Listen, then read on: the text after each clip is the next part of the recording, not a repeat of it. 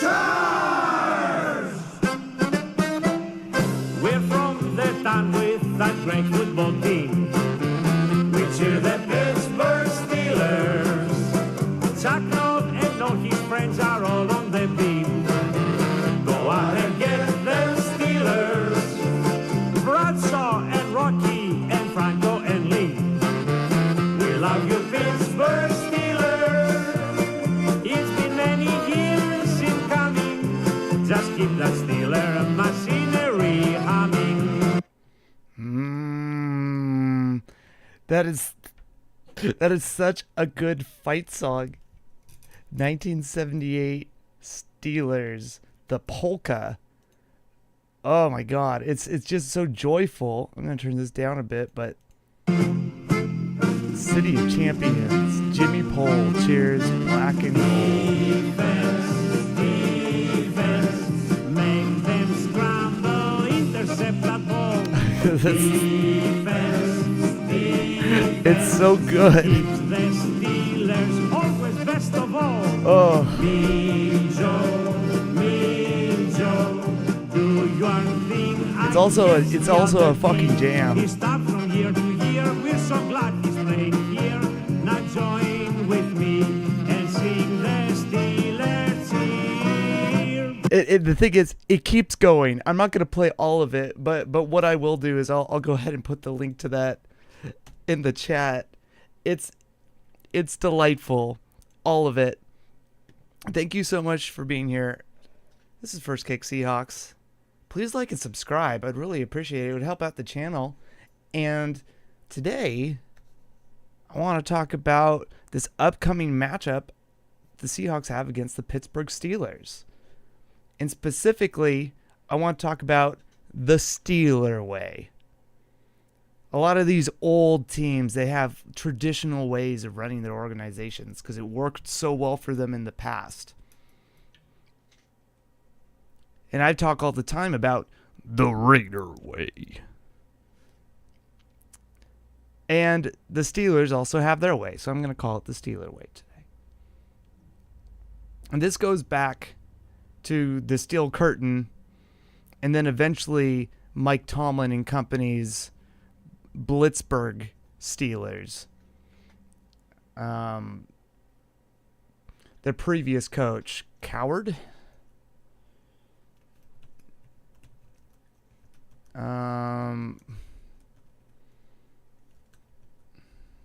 Bill Cowher. That was his name. Bill Cowher. They love to blitz. They love to get after the quarterback. And they want to hit somebody as hard as they can. And then they want to get explosives passing the ball.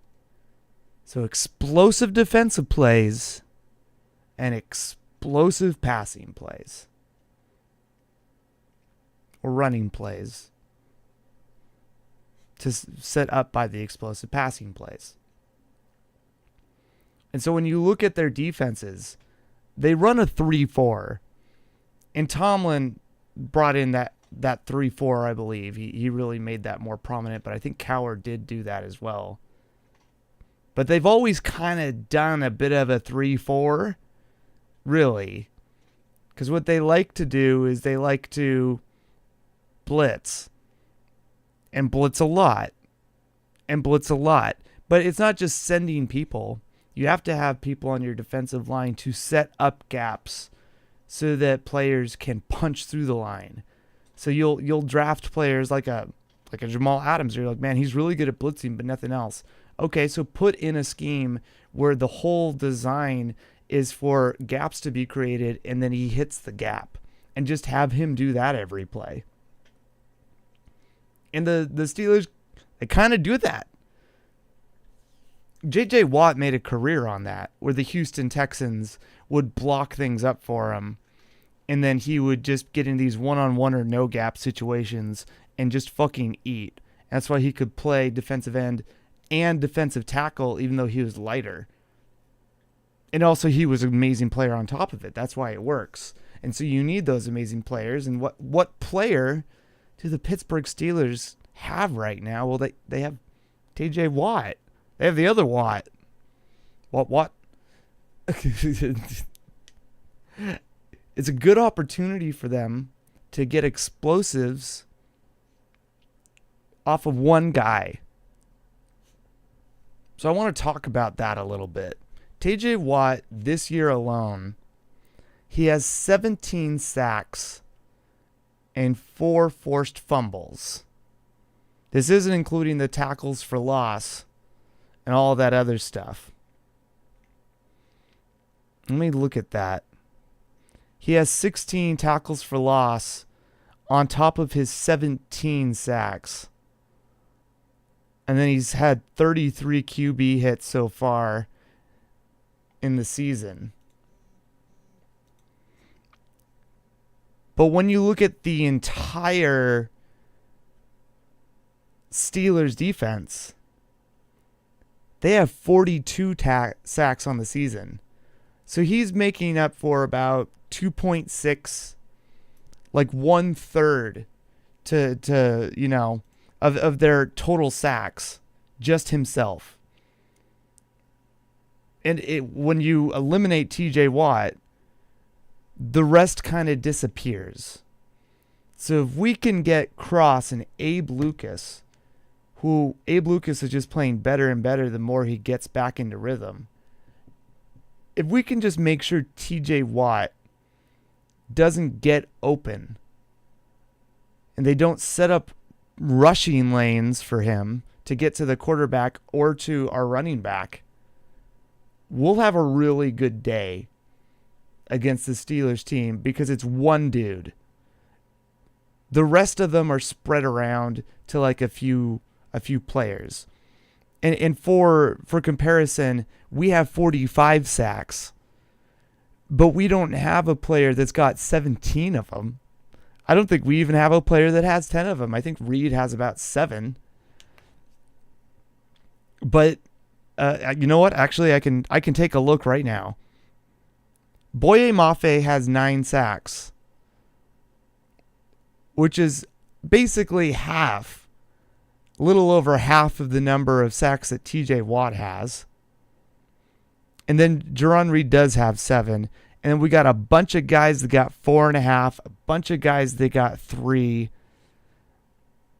All over the field, we are sacking the quarterback. Let me pull up the Steelers for you. Getting feisty today. I'm getting fucking feisty. TJ Watt, of course, was 17. Then you got Alex Highsmith with 7. So that's already 24 of your sacks right there. They got a couple guys with 3 sacks, a couple guys with 2 sacks. Sorry, a few guys with 2 sacks. So our defensive pass rush is humming. But they have TJ Watt, who's goddamn TJ Watt. And it's working for them. So they're going to try to get pressure against us in a completely different way than we do it. We're throwing sacks, cats all over the place, strong safeties going over here, the outside linebackers going over here. We're doing a stun all over the place. Chaos, right? And we don't blitz a whole bunch, but when we do, it's effective. When they blitz, let's make sure we get TJ Watt in a position where he can disrupt the play. He's that dude. Cam Newton's been talking about how there's a difference between like a game manager and then like a player that can pull a team forward. And TJ Watt's a guy that can pull the team forward when the rest of the team is set up correctly. Still a great player. And I compare pass rushers specifically like him to wide receivers. They have similar responsibilities. Get to where the quarterback is going to be, get to your spot when you know the quarterback's going to be on step 3, step 5, step 7. And since he plays outside, he's typically disrupting step 5 and step 7, which are those explosive plays or those medium plays. And then the rest of the unit, yeah, they can pass rush, But for the most part, they're there so that when he creates pressure and the quarterback tries to escape, they eat everything up. So if Geno's trying to scramble, he might have a good opportunity to break loose. But the rest of the line knows, okay, when he pops the quarterback bubble, we need to play scramble drill. Because the quarterback is no longer on step 5 and no longer on step 7. And so likewise, the receivers immediately have to start playing scramble drill after step 7 if the quarterback's on step 8 or 9 and running around like crazy. You have to adjust to where he is. And then you have the hot route, which is typically a check down or during a scramble down situation, but the quarterback's looking for the hot route, typically ever read. The blitzing player, in this case TJ Watt, who is the DK Metcalf, the Tyreek Hill, the Calvin Johnson of the pass rushing unit, is going to pull offensive players out of the way and create double or triple coverage, which will open up for the other guys to eat. So when DK Metcalf is running, he might not get the ball for like 3 quarters because he's pulling a safety over the top and there's a corner underneath him and another one is passing off because you have to cover the slant. And then suddenly in the 4th quarter, he'll just erupt because the rest of the players have started to establish their threat. And TJ Watt will kind of do the same thing. He's going to pull Cross and Lewis all over the place. Will Dissly's going to have to help out. He might get some explosive plays on our quarterback. Not necessarily meaning he'll get home, but it'll disrupt things all day long. I'm kind of excited to see it because Cross has been playing well. We just went up against the gauntlet that is the 49ers twice with him and Parsons from Dallas. I don't know if Cross played in that Rams game. He might have. But then they also got to play against this good Eagles front. So yeah. I'm excited.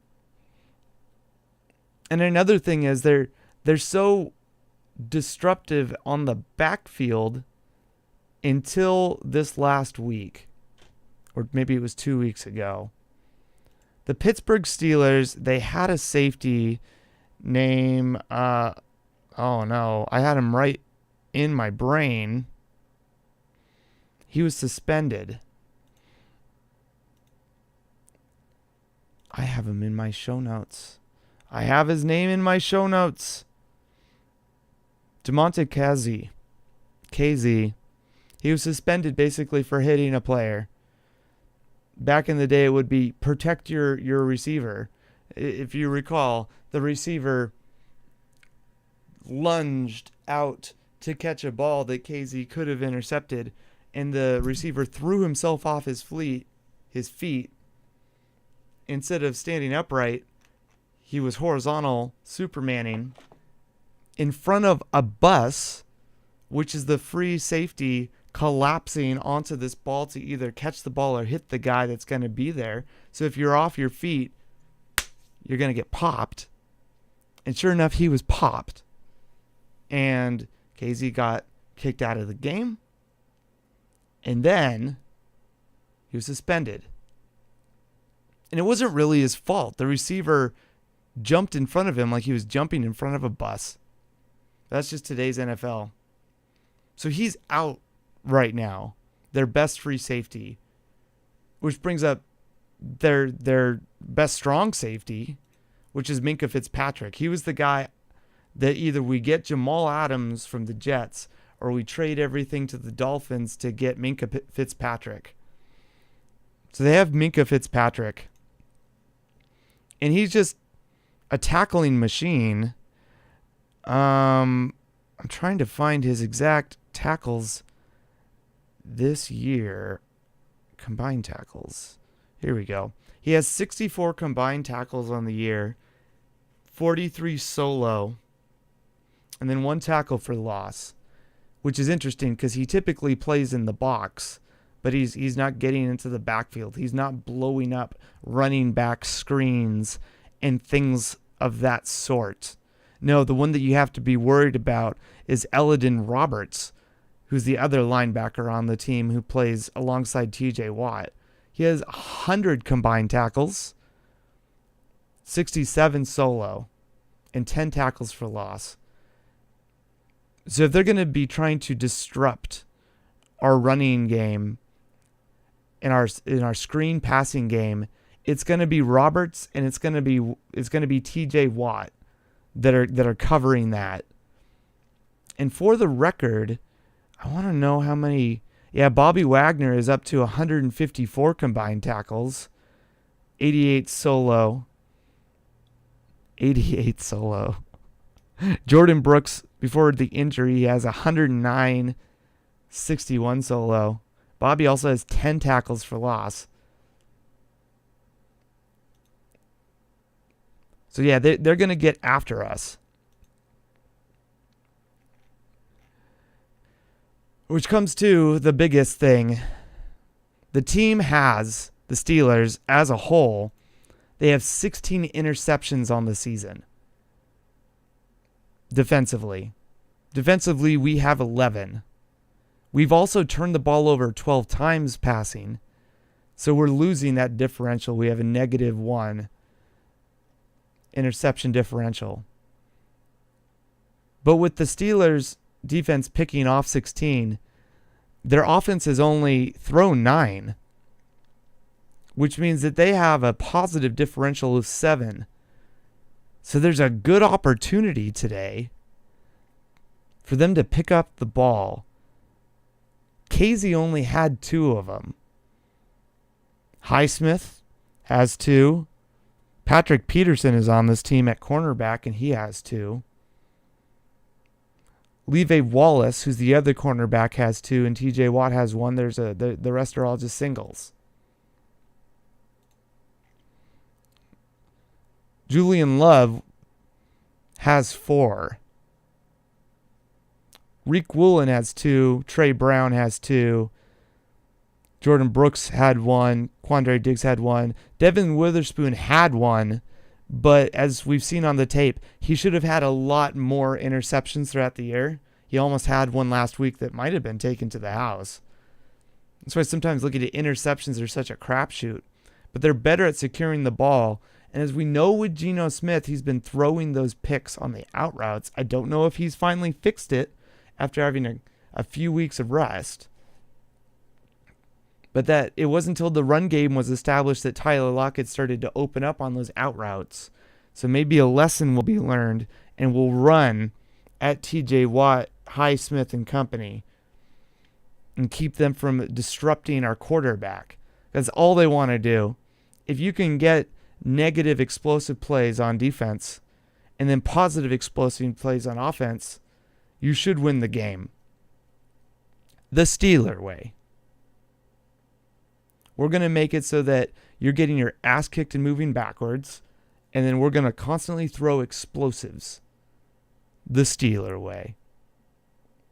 And they are Steelering. They run a vertical system, and it's giving these nice little spot routes for their various quarterbacks. Right now they're on Mason Rudolph, I believe, after the Kenny Pickett experience fell apart and Trubisky still can't throw to the left. And the NFL is hard. So now they're back to Mason Rudolph again, who we're playing this week. And they're throwing these nice verticals. And there's one player in mind I wanted everyone to kind of pay attention to. It's their tight end, Pat Freiermuth. I believe I said that right. Here's the thing. He only has 27 receptions, 243 yards, and 2 touchdowns. But he's averaging 9 yards a reception. And all of the other tight ends kind of follow suit. They have a few tight ends. But he's the third down chain mover running verticals. And so I think he's going to get a fair amount of targets in this game. And it's going to be Julian Love and Bush trying to cover him up. assuming Jamal Adams doesn't come back and Brooks is out. He's a good blocker, and it's setting up these great runs for their running backs, specifically Najee Harris, who's at 101 yards on the season and 5 touchdowns. It doesn't seem like a lot till you realize he has 149 yards receiving. Does he have any receiving touchdowns? No. But he's that dude. He's gonna reach 1,000 yards scrimmage against us this game. And it's because of Pat Freiermuth. He's like their Will Dissly. Good hands. And since they're running these nice verticals, they're trying to force our coverage and opposing coverages into sky. So picture like first 5 yards, what's that called? Fog? Flood? And then 5 to 10 yards is buzz coverage, where you're buzzing kind of underneath the sticks. And then above that, you have cloud. I believe it's cloud that's next, which is just above the sticks. And then you have sky, which is all the explosives in the backfield. And it's typically 5 yards, 5 yards, 5 yards, and then everything past 15 is sky. And so they throw to sky coverage all the time. They want it. And you'll see a lot of vertical shots that have no chance in hell of being caught. And it's like their version of running the ball. Now I always say, if you establish runs to the weak gap, you'll move players over there. And then you can start to run on the right side. Blinkety, blackety, forthety. It's awesome. Because they'll throw these verticals, and it forces their cornerbacks, the opposing cornerbacks, to always play off coverage or be ready to pedal. The safeties are always pedaling back and getting ready to break down on these outside corners. And with the amount of trips plays they play, their slot and trips will just run a little fade route. And they always seem to have just like these little spots on the field that they want to hit. And once they open everything up, Najee Harris and company are right underneath to catch a little hook play or a little curl play. They sometimes run outs, but mostly it's just creating a big honey hole in the middle. And that's their game plan. Is we're going to throw the ball all the way over there and spread everything out. Because when you do that, then you can have your receivers underneath run one-on-one out routes. If we run these one-on little out routes, we can get our quarterback in an advantageous situation where he doesn't have to worry about somebody crashing on the ball or coming up underneath. And then we'll just give him a good spot, and if he just leads the ball in front of the receiver, mathematically, he should be okay. And this is how they're preventing interceptions this year.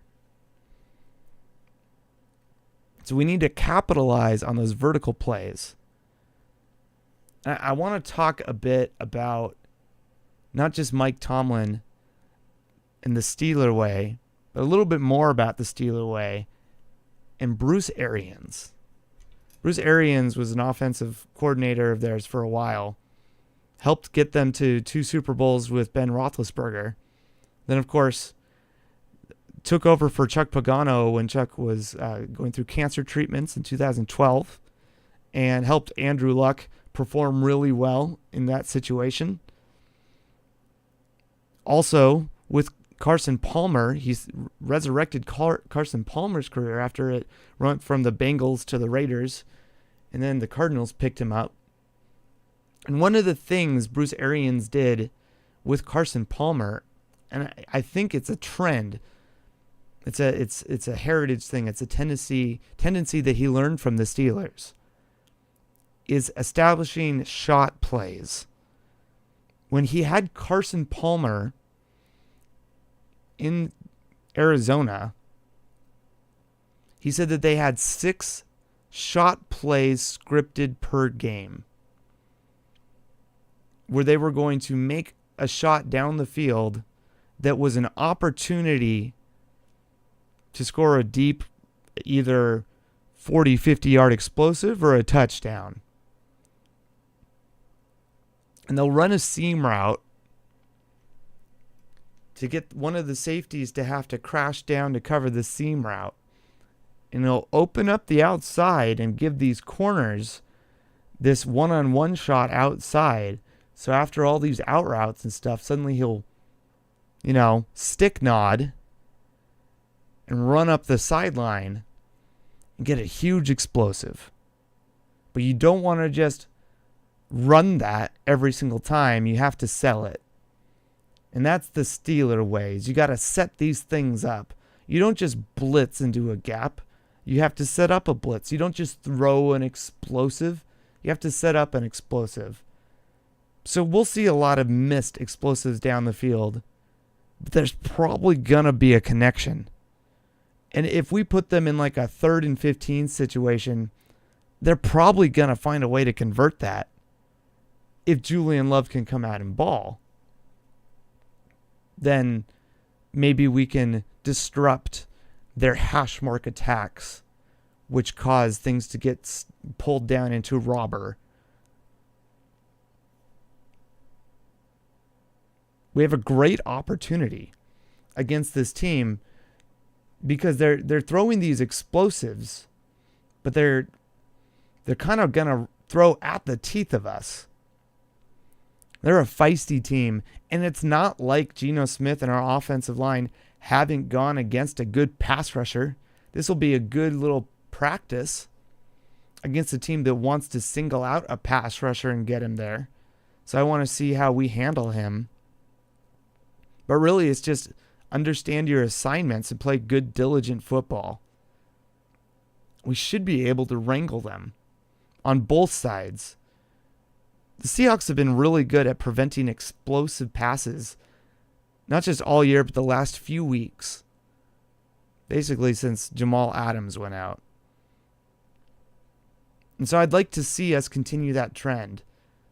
And then on the pass rushing side, pass blocking side, we have to limit their explosives. And last week, they were blitzing all over us, right? And how did we stop it? Well, you have to establish running the ball, and then you have your quarterback throw into the blitz. So when TJ and company drop, he needs to read the open spot and hit DK or JSN or Fant or Disley. Fant's been getting a ton of snaps and no targets. To right at the teeth of the blitz, so that we can keep moving the chains behind them and maybe slow that blitz up a little bit. That's the best we can do against TJ Watt. And it's a good formula. Don't let them have explosives. Don't let them have explosives on the back end and then stop their run. They're going to try to have explosives, and when we go to try to protect it, they're going to try to establish the run. Here's the game. Let's fucking go. Bobby Wagner, tackling machine, can he get to the outside fast enough? Well, Bush is lighter than Brooks and really fast. So I'm curious to see how Bush will perform with his opportunity to have his legacy redeemed. He was having some issues when he was first drafted. What team was he drafted on? Was it the Steelers? Devin Bush. Pro Football Reference.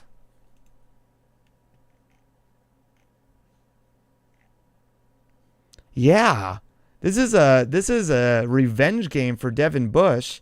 He played for the Pittsburgh Steelers for 4 years.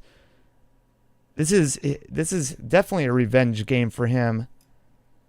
He gets a start against Pittsburgh. Hell yeah. Man, good for him. Getting his health back together. He was a high pick for them. And just one thing after another health-wise, but he's been good for us. So if he can show up and have a revenge game against the Steelers and help shut down Najee Harris so that our defensive backfield can focus on preventing explosives, it could be a long day for Steeler Nation. It could be a really long day for them.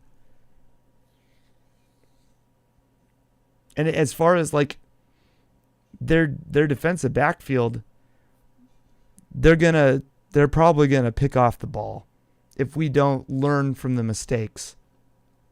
We can run on them, and we should run on them.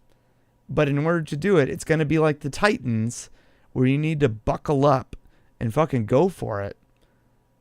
So let's see that coming into this next week, so we can eat up that pass rush and give Geno an opportunity to move the chains, because that's what's going to be most important, because we want to get Minkah Fitzpatrick distracted so that we can throw explosives over their free safety. We could do it. We have the targets. And then they're going to try to do a similar thing against us. Except Julian Love has 4 interceptions this year and leads our team in it. Anyways, that's all I have for today. Thank you so much for being here and watching First Kick Seahawks. Please like and subscribe. It would help out the channel a whole bunch. And I'll